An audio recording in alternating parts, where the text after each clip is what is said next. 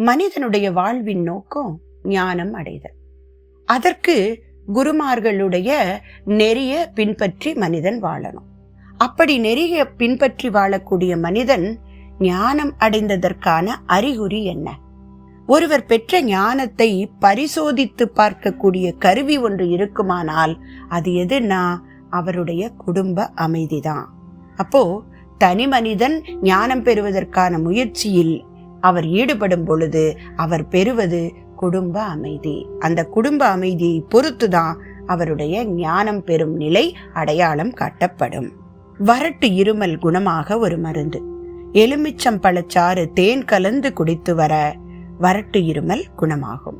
வாழ்க வளம்.